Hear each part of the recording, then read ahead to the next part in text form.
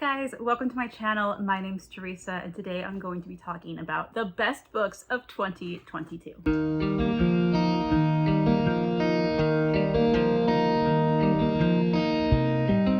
Hi guys, welcome back to my channel. Welcome to my channel if you are new here. Like I said, I'm going to be talking about my favorite books of 2022. I'm really excited. I read some really good ones this year. These are in no particular order except for like the number 1 and number 2 are actually like number 1 and number 2. Everything else, I couldn't really rank them as like far as how much I like them. I just like them. So the first book I have to talk about is actually I think it was the first 5-star read of the year. Sorry, I adjusted my camera a little bit because I felt like I was a little bit too far away from y'all and I'm like screaming at the camera. Okay guys, I'm probably just going to be reading off the synopses to these books and then telling you a little bit about my thoughts and why I gave them 5 stars or like why they're the best, because I am really bad about synopses. I over explain everything, so I'm just going to read these off to you. Hopefully that's okay, but here we go. Local woman missing. Local woman missing. People don't just disappear without a trace. Shelley Thibault is the first to go missing. Not long after, Meredith Dickey and her 16-year-old daughter Delilah vanished just blocks away from where Shelby was last seen, striking fear into their once peaceful community. Are these incidences connected? After a elusive search that yields more questions than answers, the case eventually gets cold. Now, 11 years later, Delilah shockingly returns. Everyone wants to know what happened to her, but no one is prepared for what they'll find. There's twist after twist in this book, and I was shocked. I think the author did such a good job at totally leading you astray to the point of where you think you know what's going on and you're like, I totally got this. I'm super smart. And then she like flips the script on you and you're like, what? And then you think you know what's happening and then she flips it again and it's just like, what?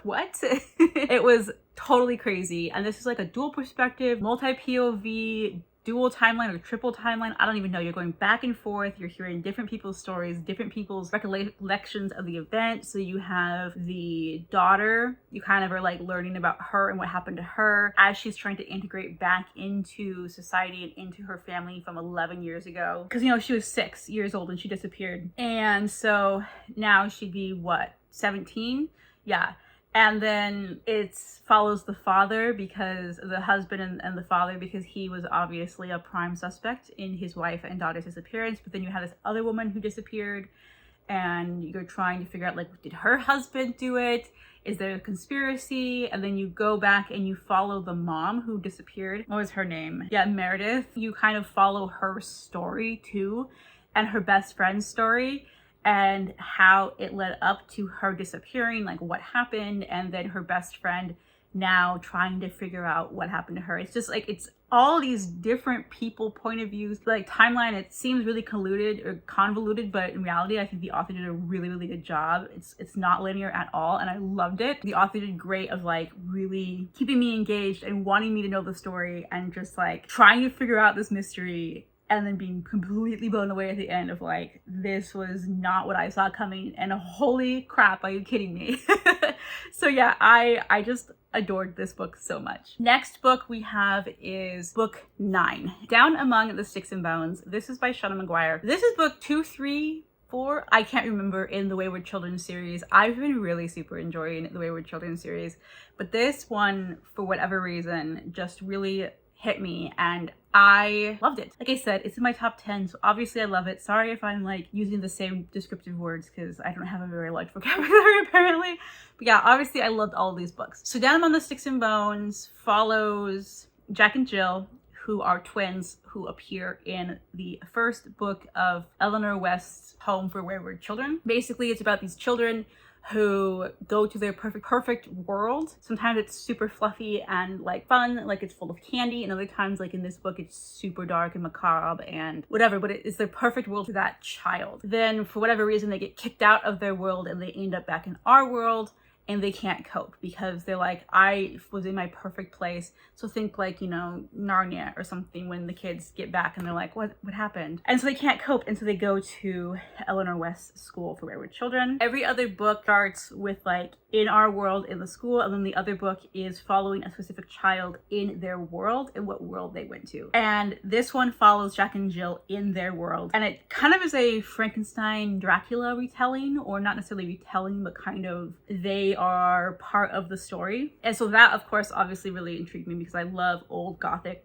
stuff. is very dark and gothic and kind of broody. And then at the other time, you also have these twins, Jack and Jill, who had just a very abusive upbringing, but it never seemed to the outside world like it was abusive. Basically, the parents wanted the perfect children, you know, so they had to like show off to all their coworkers they're like these super rich, super well off, so the kids had like everything they ever wanted. But the parents were very much, one really wanted a girly girl and one really wanted a boy, and then they had two girls.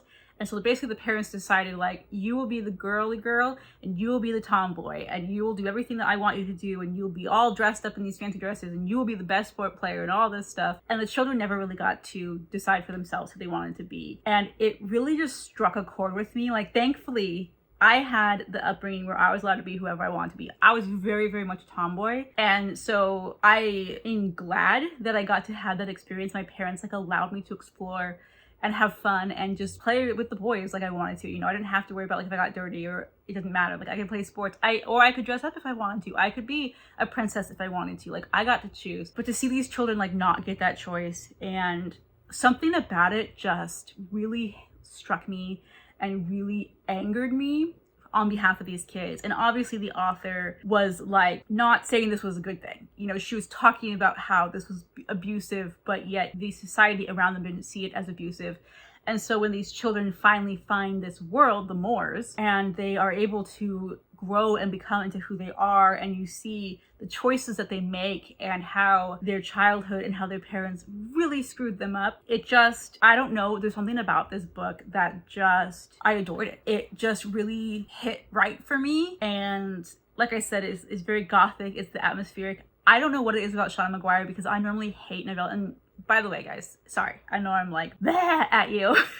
So all the books in this series are novellas, right? I normally hate novellas. I normally hate short stories. They just don't do anything for me. A lot of times I feel like I'm stupid because I don't get the point. I'm like, obviously the author is trying to say something, but like I don't get it. Or I just feel like there's just not enough meat. There's just not enough whatever. I'm like, that's it? Like, give me more. Like, I like big, thicker novels, right? But Seanan McGuire, man, she can write a short story and make it feel, or a novella, and make it feel like a full-length novel. Like I feel like I got everything I needed to get out of these books. And that's the same with all of her short stories or novellas I have read. And I'm just like, I don't know what it is about this woman, but she can write. And I love them.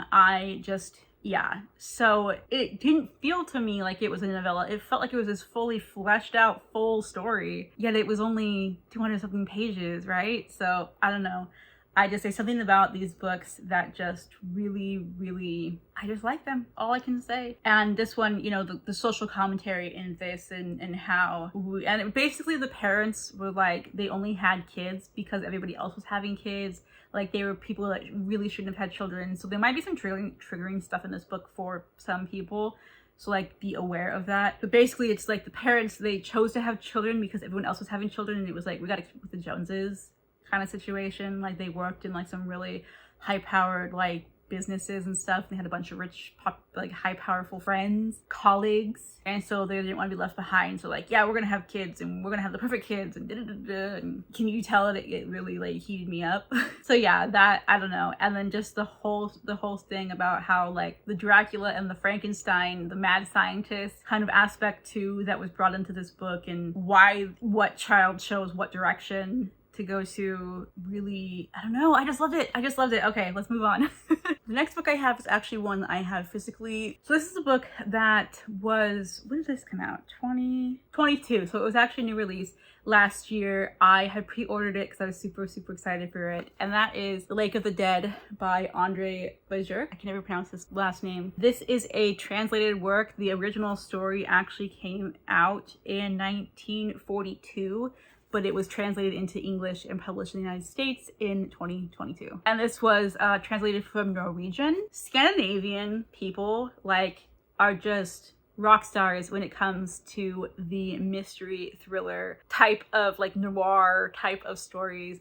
I don't know what it is, but they like pump them out over there. The books that come out of the Scandinavian countries are amazing. And this one, it's considered Norway's all-time best thriller, a brilliant mix of mystery and the supernatural. And so it's a 1942 classic from Norway, like I said. It's translated by James D. Jenkins. In the beginning, you have this introduction, and I really like that he put this in here because it's basically him telling you the backstory of the author, the backstory of this book itself, why it was written, at the time it was written, why the Norwegian people really just love it so much and feel like it's such a, like, one of the best books ever written. And he also talks a bit about the way that he translated the book to make it make sense to English readers, because sometimes there's stuff that's like lost in translation, you know? I just loved it so much. So to me, this felt like an adult Scooby-Doo. This book was so much fun, but like, it's not supposed to be fun.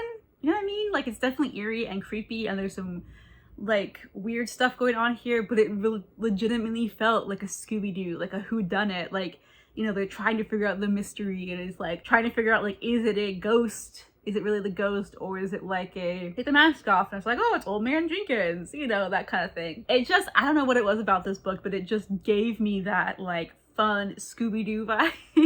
And it's really short. It's another really short book, which is so funny that I have a couple short books on my favorites this year, because like I said, I normally do not like short books at all. This is only 187 pages. Basically, this one, I'll just read it to you. It says, deep in the darkest part of the Norwegian woods stands Dead Man's Cabin, where 110 years ago, a madman slew his sister and her lover, throwing their decapitated corpses in a nearby lake before drowning himself to join them in death. Ever since, the cabin has been cursed, and anyone who spends the night there is possessed by the killer's spirit and infected with his madness. Bjorn Werner, a young scholar from Oslo, ignored the old superstitions and bought the cabin as a place to read and work in quiet. Now he's disappeared, and the evidence suggests he threw himself in the lake in a fit of insanity. The police write it off as suicide, but those who knew him are not so sure. Could the curse actually be real? Bjorn's sister and 5 of his friends travel to the cabin to look into his death, but not all of them will return alive from their stay at the Lake of the Dead. Yeah, I don't know, like I said, it just really felt Scooby-Doo, and like, I don't mean that as a like bad way, like it was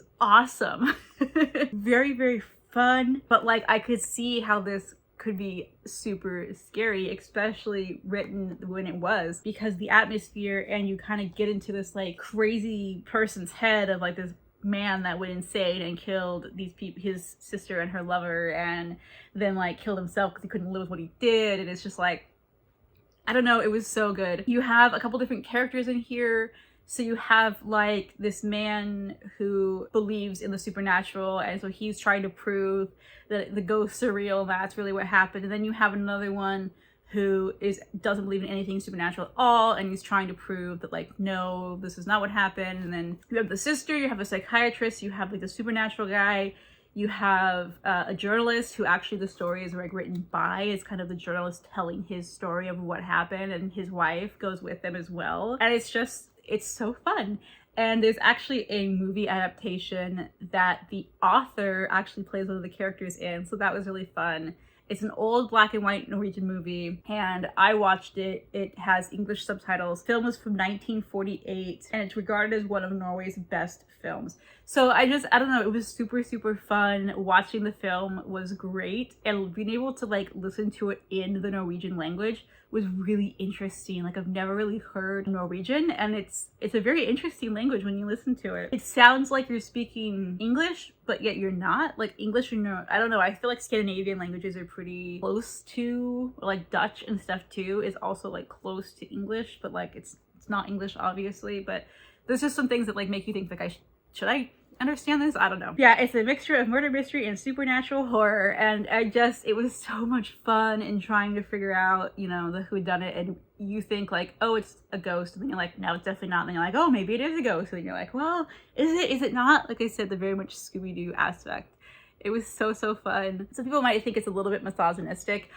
I didn't really think that as much. Like, it's definitely like, you know, for the time, 1948, but I didn't feel like there was a lot of that in here. I mean, there was a little bit, there's definitely a little bit, but I was able to kind of overlook that because, again, for the time period, and also the fact that even though like the main author was like, oh yeah, women should work, or the main character was like joking with his wife about women should work in the kitchen, but I think his wife was able to kind of come back and retort him, and it wasn't like he was like, no, you will work in the kitchen. It was more like they were joking around and having fun about it.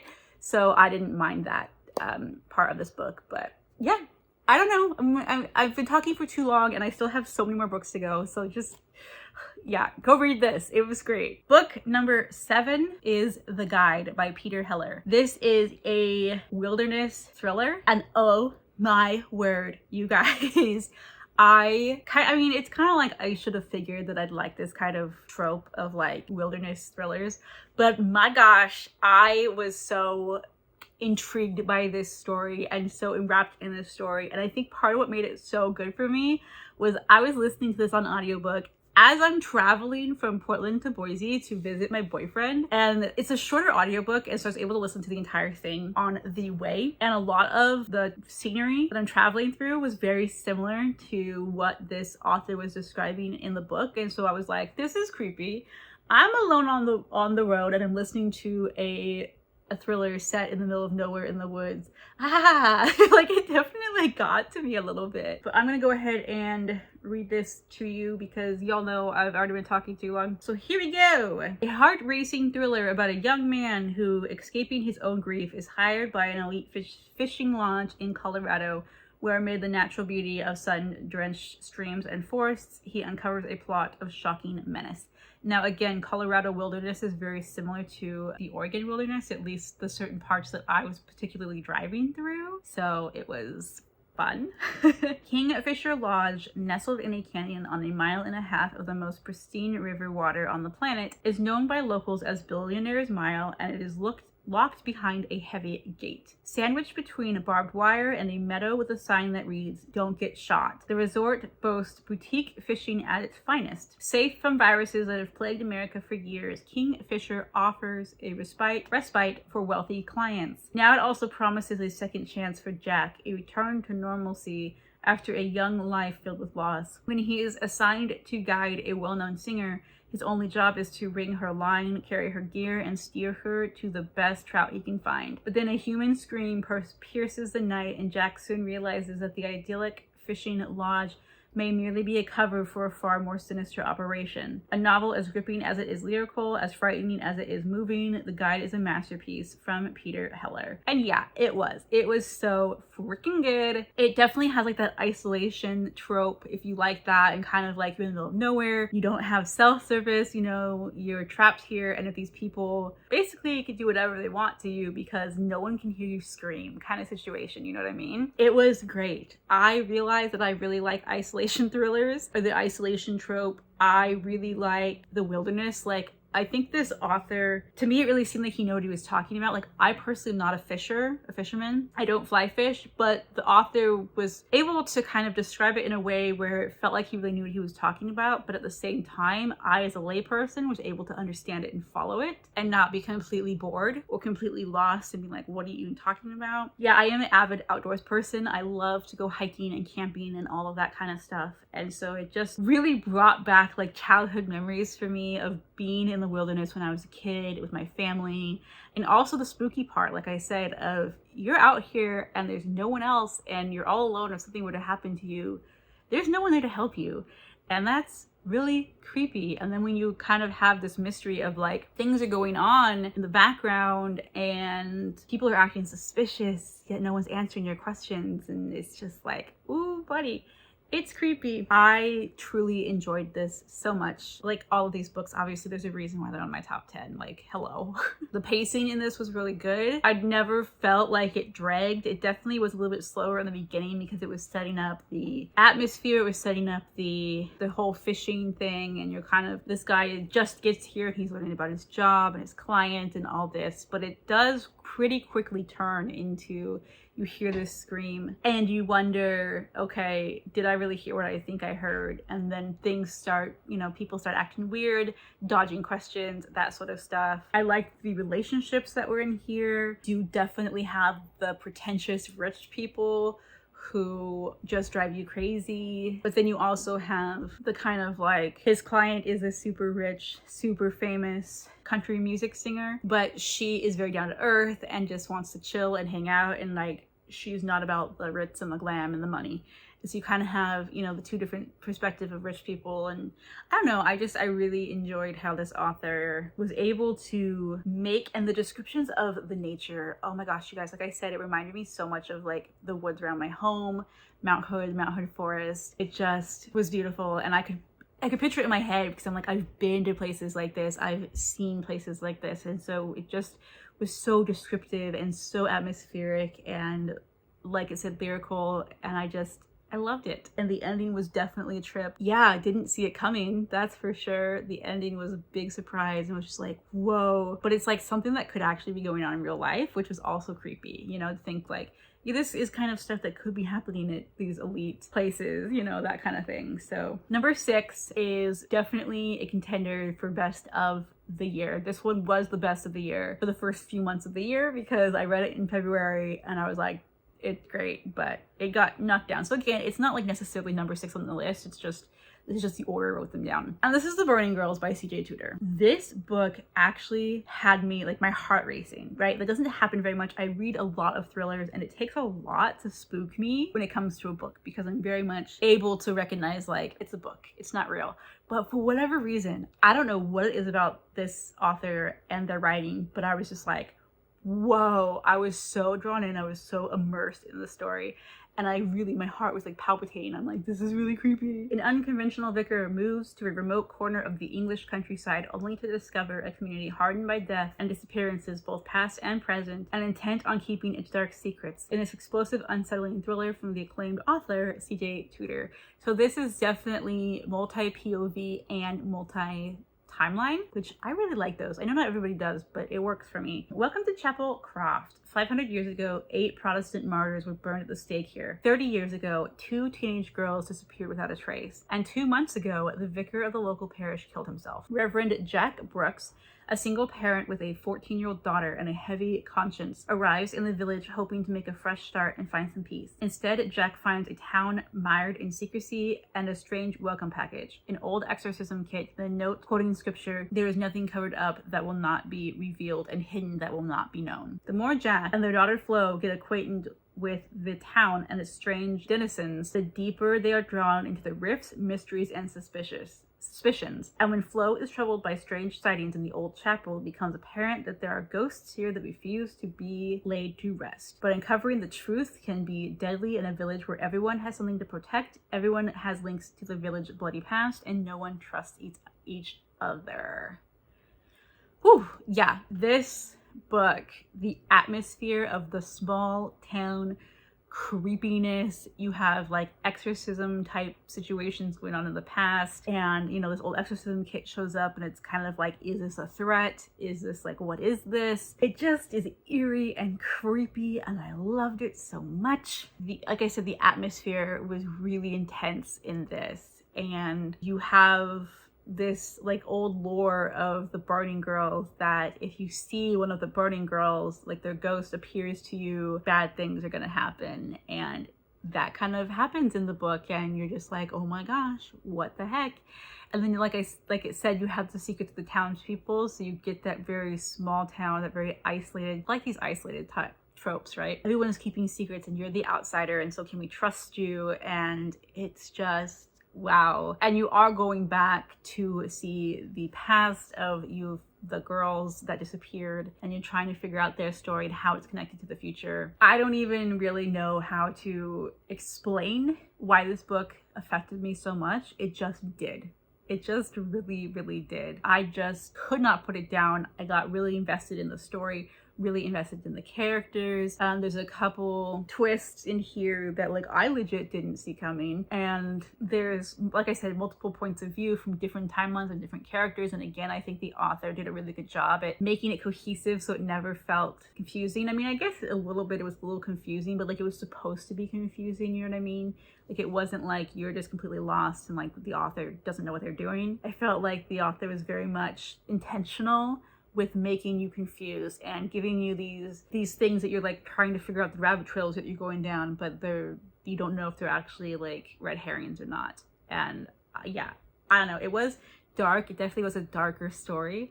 I mean, you deal with, like I said, you deal with the suicide, you deal with these girls disappeared, like we don't know what they murdered, did they run away? And also in the past, these martyrs of these girls who were killed for their faith.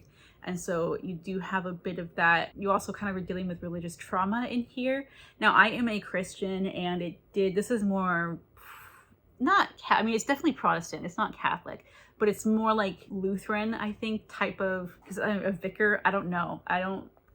We don't have that in my church, so I don't know. But it didn't bother me, the religious representation here, because I'm like, I understand, especially coming from where this vicar came from and kind of the stuff that happened, like it made sense. And it's like, it makes me sad that I see that, because I know that happens a lot in reality of people who are really hurt by the church. And I didn't feel like the author was trying to bash Christians in any way, shape, or form. They were just kind of being honest about the fact that people suck sometimes, and sometimes, unfortunately, it can affect your belief system. And I did like how the author handled it. I thought it was done respectfully and done in a way that, again, didn't feel like it was a bash on Christians, but just a reality of sometimes stuff happens and it's not great, you know? So yeah, this one though, it definitely had me spooked, and I love it. Okay, we're halfway there. Book 5 on the list, The Collective by Allison Galen. Y'all, this book had me tripping. Sorry if the angle changed at all. I had to go shut the door because my dad came home, so he's loud.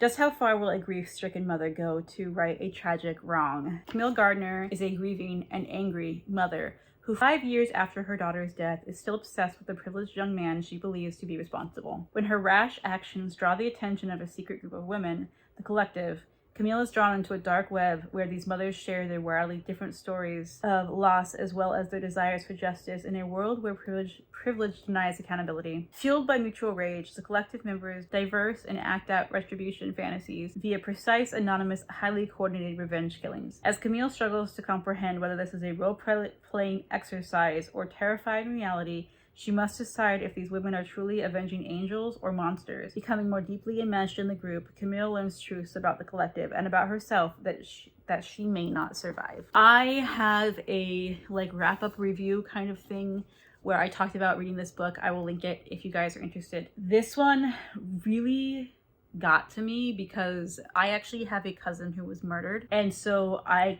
could, well, obviously I'm not a mother and I didn't lose a child. I have a family member who was killed, and thank the Lord her murderer was caught and he's in prison and we're all good there. Justice was served in that case, but the thought of if it wasn't, and especially due to money and privilege, oh my word. And just to see what my aunt and uncle went through losing their daughter, this book really brought up a lot of that, but not in a bad way though. It really made you feel like, okay, this is, what would you do if you knew someone had killed your child yet they got away with it? And especially because they were privileged, because they were rich, because they were whatever, you know? And wow, this deep dives into that. It's very psychological. It's very much a look at vigilantism. And what I really enjoyed about this book is it makes you question, it says in here, she's questioning, are these avenging angels or are they monsters? Well, first off, are they actually, she doesn't know, are they actually killing people, or are they just reacting or acting out these revenge fantasies, right? Because they're they don't know, she doesn't know if this is actually reality or not. It's this deep dark web, what's it called? The dark web, right? She finds this forum and she's invited into this group, and there's a twist at the end of this that is just whoa, buddy, that's messed up. And then it just kind of, the very, very ending, it just kind of keeps going and you're like, ooh, this is crazy. The people in this are crazy, but it's hardcore grief. I mean, you do know that going into this, if you're going to pick this one up, that obviously it's dealing with these mothers and sometimes fathers too, but these parents whose children have been murdered and justice has not been served for their children. And it's just, wow, it's hard hitting, but like I said, in a way that just, it got my blood boiling, but in a good way, if that makes sense. I really liked the pacing of this book. I felt like it was fast paced, but everything kind of fell into place. It felt very cohesive. I was able to follow the storyline quite well. Man, just the intenseness of some of the characters in here and the actions and willingness that these people are, the things that they're willing to do in order to serve justice. But then you also have that whole thought process in the background is okay, but say you kill the person who killed your child, but then that person had a family too. you know? And so now that person's family is grieving because their child was killed. As like, is this justice? Is this true justice? Is this true retribution? Is it right? And is vigilantism, taking the law into your own hands, is that okay? And you really have to, it delves into that a lot in this book, and it just made you think. And again, especially having someone who in my family who was murdered, and you know, it brought up a lot of that, not in like a triggering way, like I said, from me personally, but just in a like, I can understand where these mothers are coming from, or these parents are coming from, and why they feel the way they do and all that. But at the same time, it's like, but is it justice to take the law into your own hands, even though you feel like you're justified? But oh, I don't know, it's just like this circle, and it keeps going around and around, and the ending is kind of ambiguous, and it's so good. So yeah, I don't know, it's definitely dark. I mean, obviously you're dealing with this subject matter. It's not bloody and gory and that kind of thing. You kind of know things are happening, but it's not like on page, and it's definitely more psychological than anything else. So if you enjoy that kind of thing, I highly recommend this book. But again, just go into it knowing the triggers, because wow, it's heavy stuff, but so dang good. Number 4, we have a bit of a different book that I normally don't read this kind of story, but man, it just, I mean, it made it to my top 10, and that's Near the Bone by Christina Henry. This one is a horror. It's like a creature horror though, so I don't like horror just in general. I don't do good with gore. I don't do good with like just gross stuff, you know? And horror is not necessarily something I'm into, but I love cryptids. I love these creatures, you know, that people like Bigfoot and Loch Ness Monster and that kind of thing. And this was a anticipated release for me. This was a pre-order that I got because it just, for some reason, it really drew me in. And I'm glad, because it was such a good read. So it's a woman trapped on a mountain attempts to survive more than one kind of monster in a dread-inducing horror novel from national best-selling author Christina Henry. Maddie can't remember a time before she and William lived alone on the mountain together. She must never make him upset, but when Maddie discovers the mutilated body of a fox in the woods, she realizes that they're not alone after all. There's something in the woods that wasn't there before, something that makes strange cries in the night, something with sharp teeth and claws. When 3 strangers appear on the mountaintop looking for the creature in the woods, Maddie knows their presence will anger William. Terrible things happen when William is angry. Yeah. So there are definitely some strong triggers. Actually, first off, let me just show you this cover, because I think this cover is beautiful. Y'all can kind of see like the theme that I'm going for. Like, I really like these woods, basically anything in the woods. I love isolated. Again, apparently that's a trope that I really love, is isolated type of stories. This heavily deals with domestic abuse. Heavy domestic abuse. So I know this book obviously is not for everybody. Again, it's a horror, and like I said, I'm not normally someone that reads horror. That's not necessarily something that I enjoy, but there was just something about this book that just drew me to it. Well, I think part of it is the cover, right? Yeah, the author in this, like, I don't know if this is common in horror, because like I said, I don't read horror, but it's like from page 1, you are in it, and you are in the midst of this, and there's creepy, scary stuff happening, and you're just like, holy cow, let's just jump right in. Like, there's no warning, that you're just in it. And it does have a little bit of ick factor. Like, there's definitely, like with the creature, there's definitely things that get killed in kind of creepy, icky ways. It wasn't too gory, because like I said, I don't like gore. It wasn't too bad. The juxtaposition of the 2 monsters, you know, you have this like actual creature that's stalking and killing people, and then you have the human monster, and it's like, what's worse? You know, like this creature, the motives behind what the creature is doing, the motive behind what the human is doing, it's like, who is the true monster? So that's really what it delves into, is kind of the human psyche. And you know, when you're dealing with an animal, obviously this is a cryptid, it's not an animal, but it's still a creature, you know, it's still an animal in a way, it's just not a known animal. So you're dealing with that, like, is the animal truly evil? Is the animal truly a monster? Or is the human the one that's the monster? And the choices that they make and the way, again, like you're dealing with the domestic abuse. And I think there's a lot of that commentary in here of, like I said, who is a true monster. And this definitely resonated with me on a sense of, I have a very dear friend who recently got out of a very abusive relationship. Nothing like this, thank God, but it was still an abusive relationship. And I have family members who have unfortunately been in abusive relationships, and so I have seen it, and it definitely resonated again like that with me. Like, it wasn't triggering to me, but it was me to be able to like really get into it and think trying to get into the mind of the person and think of like why the victim stays, you know. It was so, it was definitely heavy. But then, like I said, at the same time, you have this whole other thing of like, there's this monster in the woods that's stalking and killing people, and you're trying to escape the monster, but which monster are you truly escaping? You know what I mean? Like, oh man, again, this was another book that I really felt like I was there. I could really, the descriptions of the forest and the woods and the atmosphere was just intense. Can we tell this is the type of book that I really like just isolated alone in the forest, man. I don't know, there's something about it that I just really enjoy. But yeah, it says hair-raising, heart-stopping suspense from start to finish, a perfect nightmare of a novel. Rachel Harrison, author of The Return.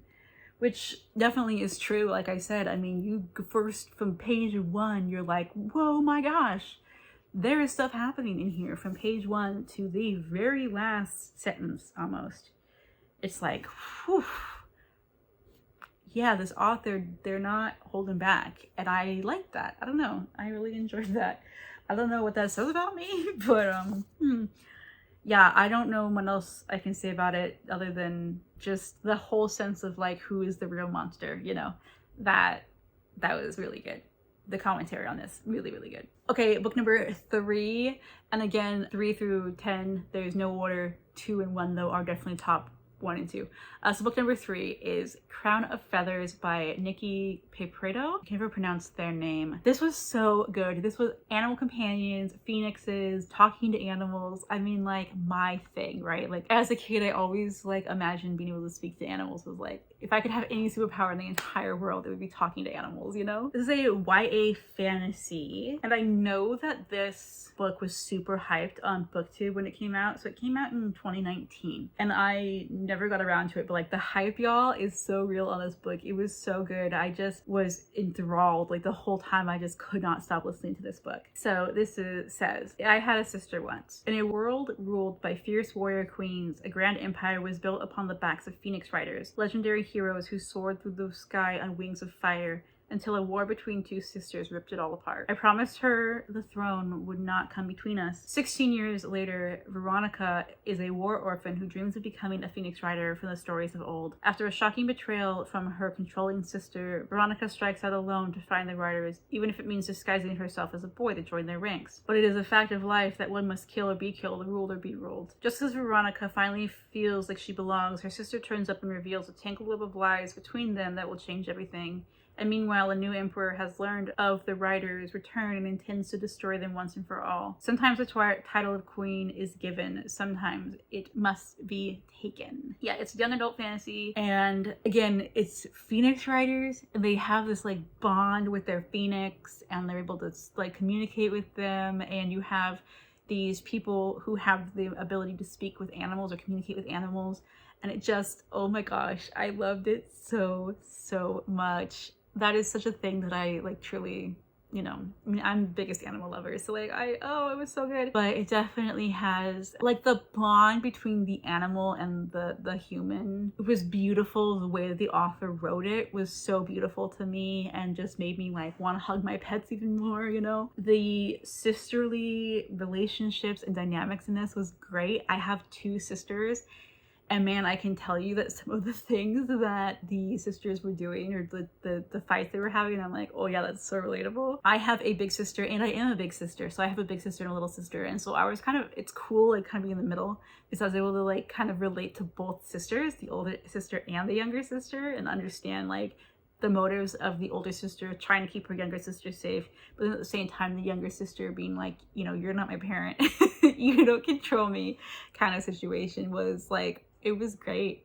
The relationships in this book were beautiful. You do kind of have a little bit of a dual timeline because you're dealing with like the past where these sisters were rivaling for the throne, and the Phoenix Riders like supposedly no longer exist, like they were all killed out during the war between the sisters. But the Veronica, I mean, doesn't believe that they're truly gone. Like she's been hearing like tales of like that they actually still exist.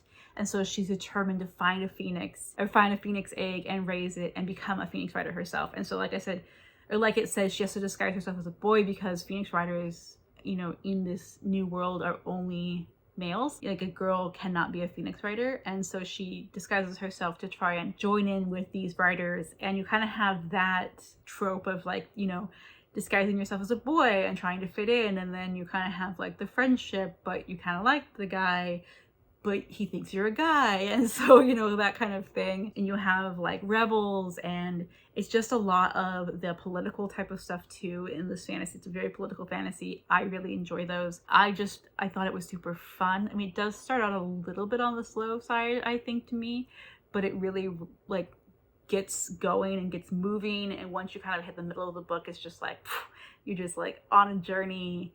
And I don't know, I think for me it was a lot of the relationships between the characters, relationship between the humans, between the sisters, the relationship between friends, but then also the relationship between the humans and their animals, just like was so good. And I did not want to put it down. And I kept thinking like, man, I want to be a Phoenix Rider. Like I want a pet Phoenix. Well, not a pet Phoenix, but like I want a Phoenix companion, because that's what they are, you know, they're companions. And the Phoenixes like allow them to ride them. It's not like they're trained to, like they allow it. You know what I mean? And so just, oh, so good, you guys. I think I talk about this in another wrap up. I will link my wrap up videos. Yeah, this one definitely, the sisterly relationships really got me. Really was something that I enjoyed reading about and was able to relate to. Like I said, like definitely not on this level. Like these sisters were like hardcore, especially like the Queen sisters. I mean, they're literally like fighting like over a kingdom. Like I couldn't relate to that per se, because my sisters and I were not that like between us, but we've definitely have had our arguments, you know. So, and then like the fierce protectiveness of the older sister, but to the point of where it drive the younger sister away, like, oh man, I could feel that for sure. I could go on. It just was wholesome. I just loved it so much. Okay, and now we are down to the top 1 and 2 books of the year, and this is legitimately my favorite and second favorite books of the year. Like these are the ones that are in order. So my second best book of the year that I read was a very surprising one, I gotta say, and that is Rolling in the Deep by Mira Grant, aka Seanan McGuire. Like I said, her novellas, man, I don't know what it is about it, but so good. This is a novella, and you know what it is with me and the short books this year, I normally can't stand them, but man, there are some good ones. This is a novella about killer mermaids. You guys, what? I just ate this up. I loved it so much. I could not, I was just like so engulfed in this book. And again, like I said, it's a novella. It's actually considered a prequel to Fear the Drowning Deep. I think that's what it's called, which took Booktube by storm a few years ago when it came out. But it's basically, Fear the Drowning Deep is like a full-length novel about a crew of people who are trying to investigate the disappearance of this ship. That these people on this ship, they were out making a documentary in the Mariana Trench, and that this entire ship and all the people, the ship was found, but all the people were gone. And so they're trying to find out what happens. This is the story of that ship and what actually happened. And apparently this was written first. So she actually wrote this book first and then followed up with the other one. But this is a very science heavy book. And I think that's why it intrigued me so much, was because I love science. I love biology. Before I had gotten sick, and you know, even if like say today, if I was miraculously healed, I would go back to school to become a veterinarian. Like that was like my thing. I wanted to be a veterinarian my entire life. So science and biology specifically is like something that I thrive on. I love it so much. And there was so much of that in this book. And it was like I think it also multi-POV. I have something for multi-POVs, right? This book, it's like a documentary, okay? And it just reminded me so much of those mockumentaries that Animal Planet did back in like the early to mid 2000s, where they had like that, they had a mermaid mockumentary where it's like mermaids are real or whatever. And it just reminded me so much of that. And I think that's part of why I like this book so much. Like this was definitely, like, I had debated for a long time if this was my favorite of the year because it was so good. And it's not very long, but again, like I said, I feel like Shauna Maguire, or in this case Mira Grant, is able to just flush it out in a way that's like you don't need it to be longer. Everything is said that needs to be said. It's like every single word written is with intent. It's fun, it's science, it's like basically there's this crew of people and they're going for this TV show, right? And so this would be this TV channel, so like in our world it'd be like the Sci-Fi Channel, and they are known for doing these mockumentaries, right? Like aliens and cryptids and stuff. And so they're like, we're gonna show these mermaids in the Mariana Trench. And so they bring these fake mermaids, these like professional mermaids, which actually is a thing in real life, to this, like on this ship, and they're gonna go to the Mariana Trench and they're gonna film, and they are basically filming this thing to make it look like they found mermaids in the Mariana Trench. But they are actually bringing along real scientists because they want to make it like look as real as possible. So some of the scientists are going, even though they don't believe in the mermaid thing, they're going because they actually have real stuff they want to study within the Mariana Trench. And this is like their way of being able to go because these people are paying them. And so for them to just be able to go on camera for a little bit and talk a little bit about their science and stuff, in exchange, they're getting a free trip. And it's like they're basically getting a grant to go study and do their research that they want to do. And so you have like the TV reporter, that is documenting the whole thing. And then you have the fake mermaids. And then you have the scientists who are like, yeah, this is bull. Of course, there are no such thing as mermaids.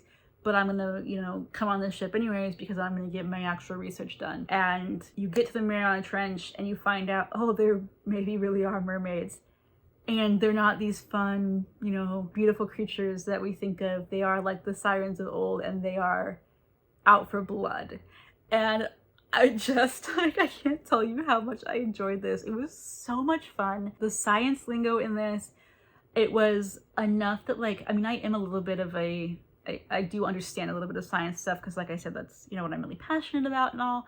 But I also felt like a layman could understand it. Like, it wasn't like over your head. She did a very good job of talking about the science behind the marine biology. There was a marine biologist. There was like someone that studies plant life in the ocean. Someone that was like studying water chemistry. And I just loved it. I don't know what else to say about it. I did a review on this. I don't know if I ever posted it. If not, I will post it because it was so good. I just can't get over how good it was. And like I said, it just made me think of that mockumentary from, that Animal Planet did. But I was like, man, this would be such a good movie. It'd be such a good movie. Yeah, I don't know. And the ending was just like, holy moly. Because it basically tells you what happened, that the entire ship disappeared, and you kind of find out how the entire ship, everyone on the ship disappeared without a trace. You find that out in this book. And I don't even know what else to say, you guys. It was so good. It was just a mockumentary about trying to find mermaids, but in reality they actually do find mermaids and they're killer mermaids, and it was so good. Yeah, I will post my standalone review about this because I just can't.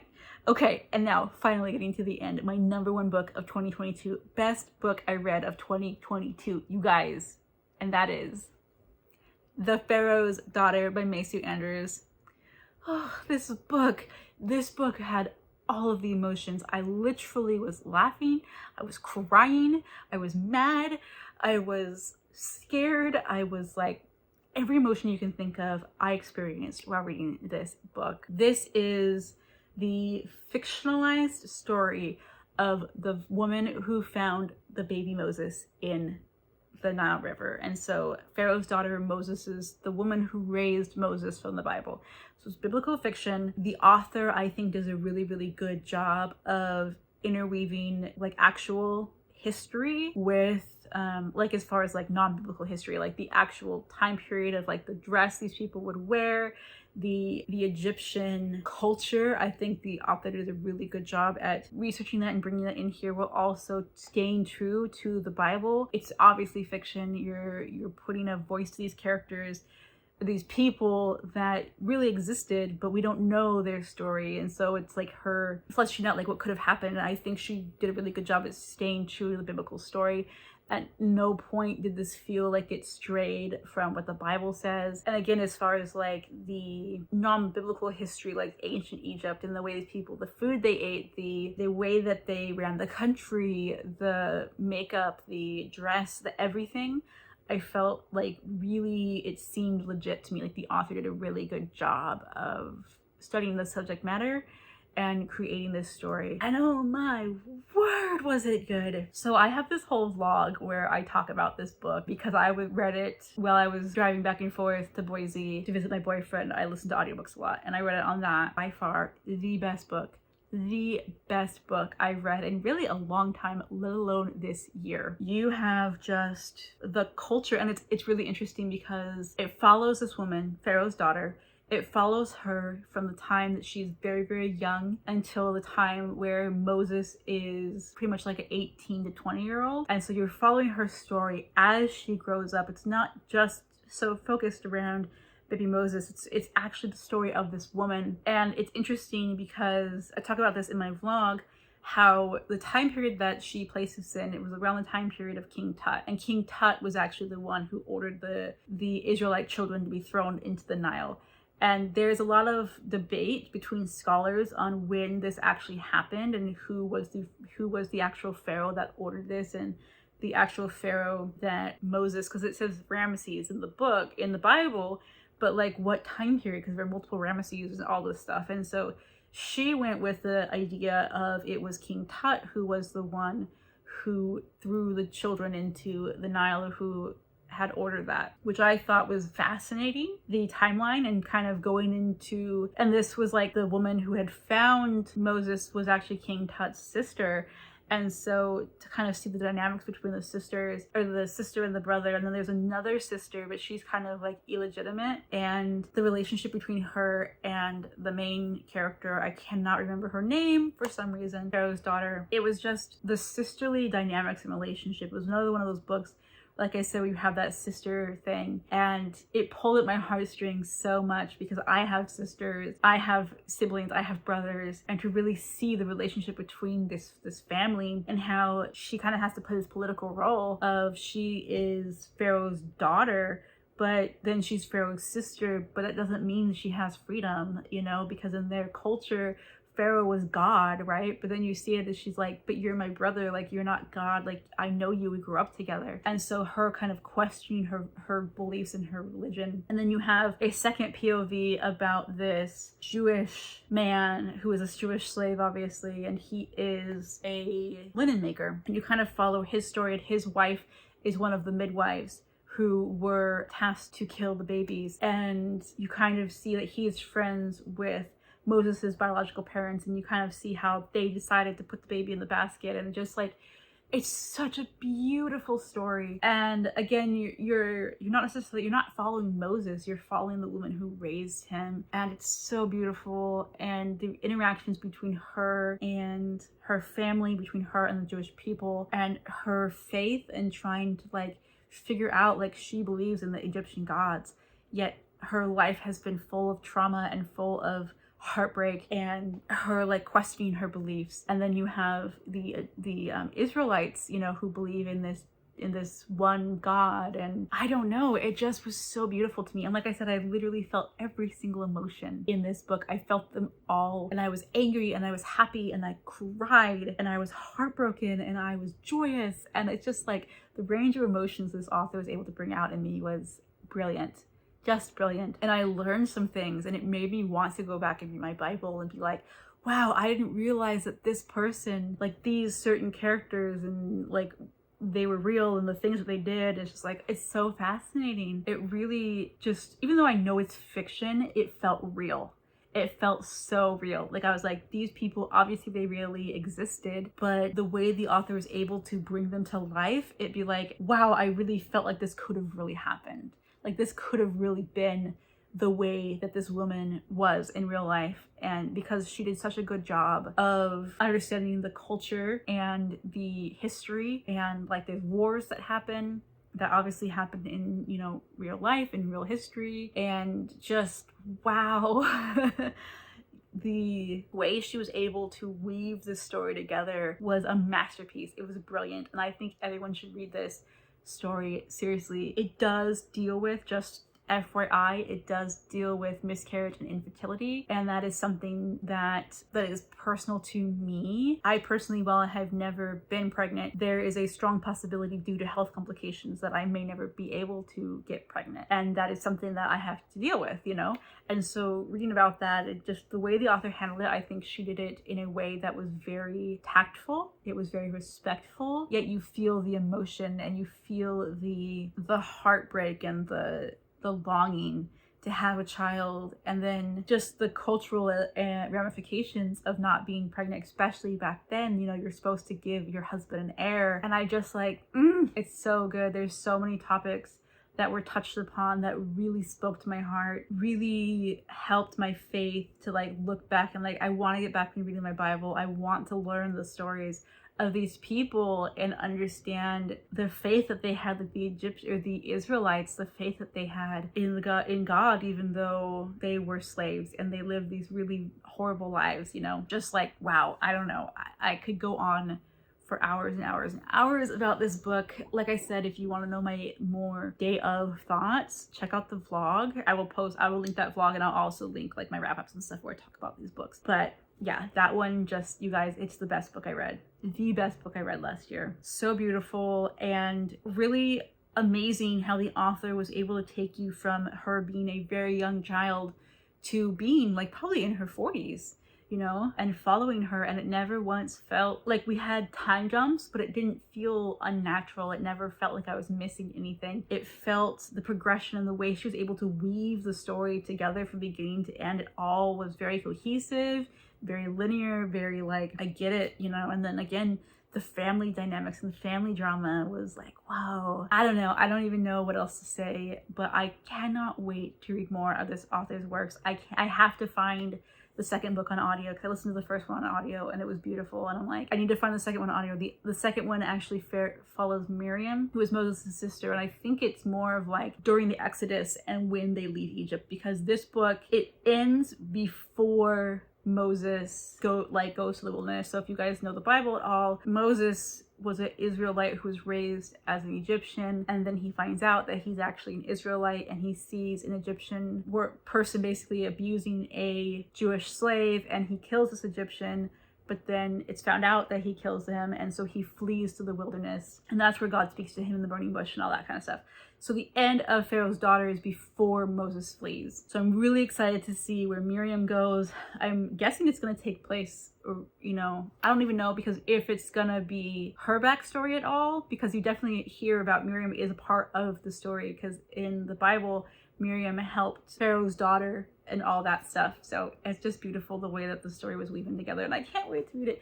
But I read the first one audiobook, and so I really, really want to read the second audiobook. So I'm like, I have to find it, because I have to read it. I just have to, and I cannot wait to read more of this author. It was great. So yeah, anyways guys, this is such a long video. I'm so sorry. I've been gushing about these books, but they are the best. They are the best books that I read. The 10 top best books that I read in 2022.